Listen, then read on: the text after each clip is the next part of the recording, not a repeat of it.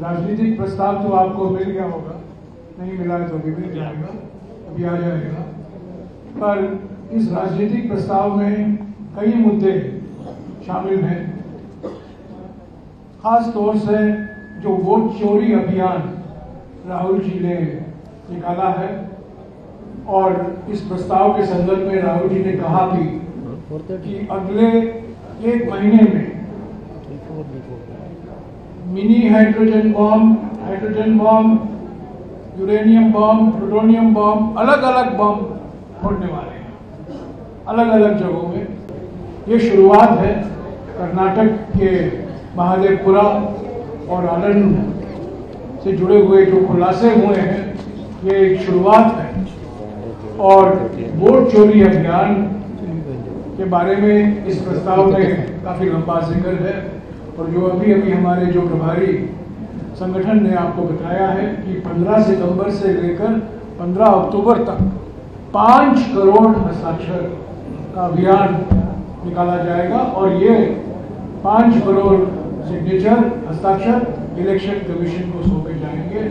एक election commission जो हमारे सवालों का जवाब नहीं दे रहा है, जो इलेक्शन कमीशन ने साजिश रची है, प्रधानमंत्री और गृह मंत्री के कठपुतली बन गए हैं, उस संदर्भ में जो हम सिग्नेचर कैंपेन चला रहे हैं, वही 5 करोड़ हस्ताक्षर हम इलेक्शन कमीशन को सौंपेंगे। इसके अलावा कूटनीति पर काफी बहस हुई, प्रस्ताव में भी इसका बहुत जिक्र है।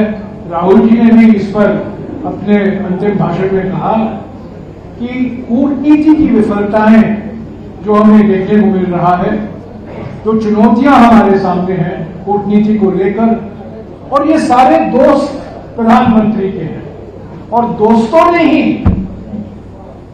ऐसा स्थिति पैदा कर दी है कि हमारी कूटनीति की विफलता सामने आई है। अमेरिका, चीन, और कुछ ही दिन पहले हमें समाचार पढ़ने को मिला कि सऊदी अरेबिया ने भी पाकिस्तान के साथ एक सिक्योरिटी मामलों पर, सुरक्षा मामलों पर एक समझौता किया है। नेपाल, बांग्लादेश, श्रीलंका, सभी देशों को लेकर इस प्रस्ताव में जिक्र किया गया है, इस पर चर्चा की गई है।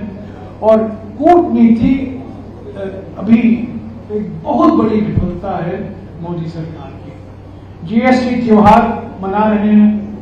8 साल पहले राहुल जी ने खुद कहा था कि GST good and simple tax नहीं है, पर गब्बर सिंह टैक्स। 8 साल लगे हैं।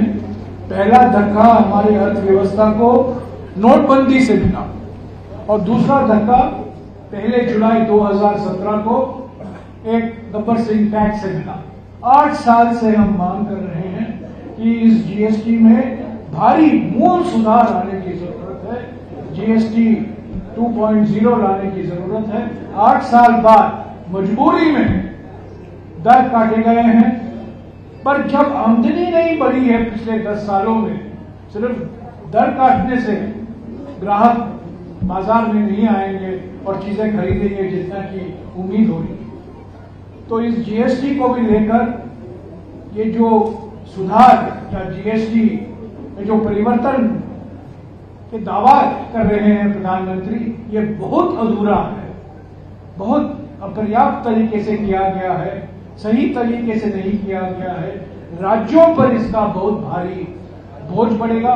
मुआवजा राज्यों को सही मायने में नहीं मिल रहा है, और जीएसटी को भी लेकर जो दावे किए जा रहे हैं कि इससे अर्थव्यवस्था के लिए एक बूस्टर डोज मिलेगा, अर्थव्यवस्था में जीडीपी का दर बढ़ेगा, इस पर कई सवाल उठ रहे होते हैं। सामाजिक ध्रुवीकरण को लेकर प्रस्ताव में चर्चा है, और सामाजिक न्याय को लेकर खास तौर से जाति जनगणना, जो एकमात्र कारण है मोदी सरकार ने 8 साल से चुप्पी नहीं तोड़ी थी जाति जनगणना को लेकर, पर अभी उन्होंने अपना निर्णय दिया है कि 2027 के फरवरी महीने में ये जाति जनगणना करवाया जाएगा। तो ये कांग्रेस पार्टी के दबाव के कारण, राहुल जी और खड़गे जी के अभियान के कारण ही हो पाया है सामाजिक न्याय।